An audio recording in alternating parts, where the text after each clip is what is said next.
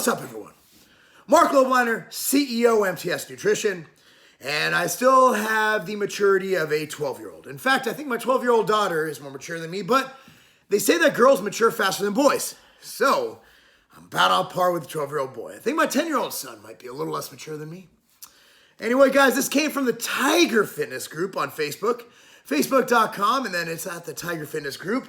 So it comes from Isaac Cicelli. Is it Cicelli or Cicelli? Cicelli? Guessing you're Italian. We got you, bro. We got you. Do you think it is worth it for young aspiring bodybuilders to do small shows? Or to wait until they've got a physique worthy of winning a big show to compete? Woo! First off, young bodybuilders. Let me just put forth a couple rules I have for young bodybuilders, and you guys can agree to disagree, or you can agree, or you can say I'm stupid, or you can make mean comments. Either way, I've seen it all. I don't believe anybody should compete before the age of 22 to 23. I think it's a critical growth period between the ages of your teenage years, your prepubescence, to around 18 to 19. Then give it another couple years. You're not going to do much. You're not going to do much between the ages of 20 to 22 years old. My getting down into contest shape essentially doesn't just stop you from making gains. It actually makes you regress in your gains. That is not a good thing. That's why I recommend stringing it out. If you really want to compete at 19, learn a lesson in patience. Give it till 22, 23. Rather than being that skinny kid on stage, you can be that jacked 23-year-olds. You can be like Larry Wheels, except not, because Larry Wheels is a freak. But you could be your own little version of Larry Wheels. So you wait till 23 years old. Do you do a small show? Yeah. Once you hit that, man, and you think you're ready, you have a coach, find a show, pick a date. Give it 20 to 24 weeks if you're at 15% body fat. Why that long? I like to take it slow. I like to lose as little lean mass as possible. I like to feel as good as possible. For me, a longer, less intense prep does much better for me. So what I recommend you do is go in there, give it 20 to 24 weeks, and how lean do you get? My answer is, if you think you're lean enough, you probably need to lose 10 pounds. I want your glutes to be etched. If you guys look at my old contest prep photos, I felt like shit. My glutes were etched. If you don't have shredded glutes, don't get on stage. In fact, when Chris Jones competed, I messaged him like, Chris, you did it.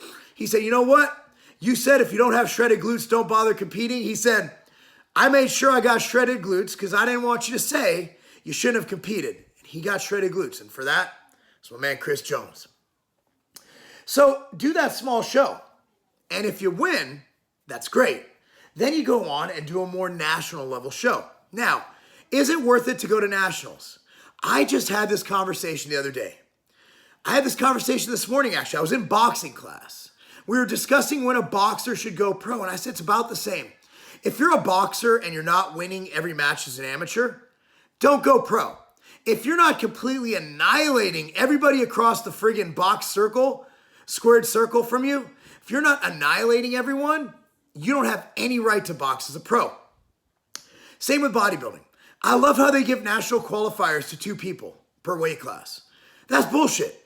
If you are not at a level where you're absolutely destroying everybody in the show, getting first place overall, the average competitor at nationals gets 15 seconds on stage.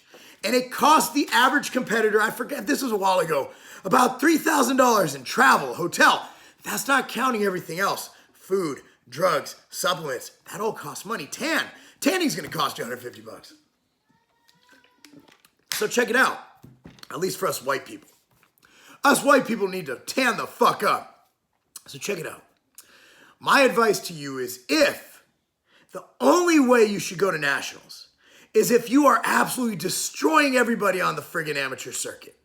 If you're absolutely going to a region, I was like this at the latter end of my career. I remember when I won that show in Virginia, I think there were 3 guys when I won the Virginia. And they all were top 5 in nationals the last 3 years. Some crap like that. And I won it. And I'm like, okay, I'm ready. And I won my pro card shortly thereafter in a different organization, but I won it. That's when I knew I was ready to take on a pro qualifier. But That was after winning as a middleweight, moving my way up as light heavyweight. You know, I won the Maryland. I won all these different shows as different weight classes. And once I got to heavyweight and I was winning shows clearly and dominating, that's when I was ready. And even then, I could have been better. But I was already in my 30s. If you're starting this young, again, at 23 years old, throw your hat in the ring. Compete. Do what Doug Miller did.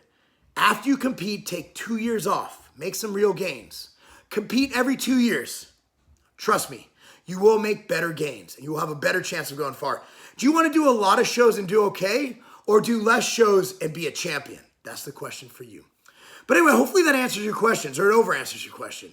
I'm Marc Lobliner, tigerfitness.com, COMTS Nutrition. Again, like this video, share it, and of course, subscribe to this channel, and that's not a game.